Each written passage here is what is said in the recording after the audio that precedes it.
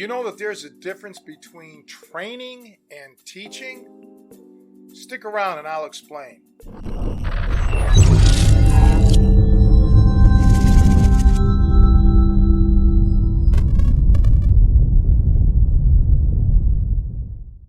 Hi, I'm Tony Cecchine and welcome to the channel. Recently, I did a podcast with a very good martial artist and friend of mine from overseas named Russell Stutely. And in the podcast, he was discussing that there is a difference between teaching and training. And while I totally agree with him, I'd never actually heard it put in those terms before. And really, it was kind of eye-opening for me as well to make it that simple to understand. And basically what he's referring to is there are many students who just do as they were told and really don't understand the principles. They just show up at the gym and they, in essence, follow orders. They're training, okay?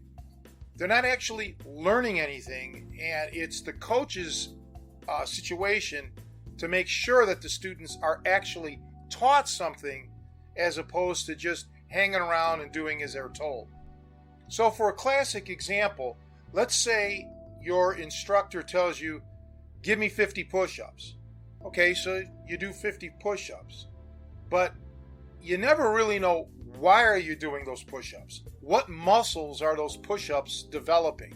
This is just an example, but there's a good difference in black and white between being trained, which is do the 50 push-ups, or being taught, which is saying, okay, it can develop your shoulders, it can develop your triceps if you put your elbows in a certain way, it can work your pectoral, it can work your lats.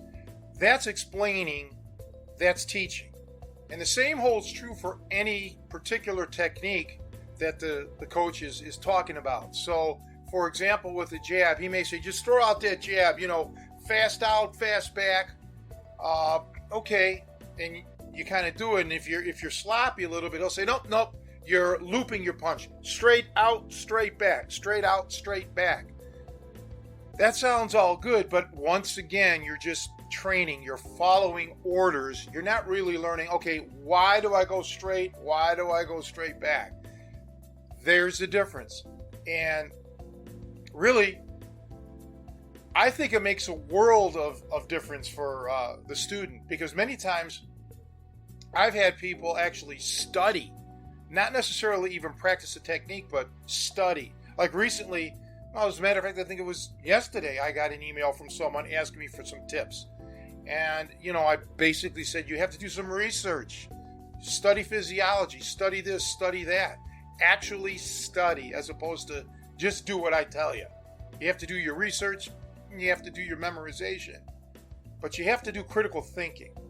So for you instructors out there, try this in your next class as opposed to just telling them what to do. Really explain everything. Say, this is why I want you to do it. Then have them do the exercises or the techniques and then have them explain, now what did you just do? What happened here? So I hope this little tidbit shed some light for you guys. For me, you can never get enough knowledge, and no matter how young or old we are or how experienced we are, we can always learn some new tricks. So hopefully this will be one to help both you as a coach and for you students out there as well. So you know where you can always find me at catchrussell.com.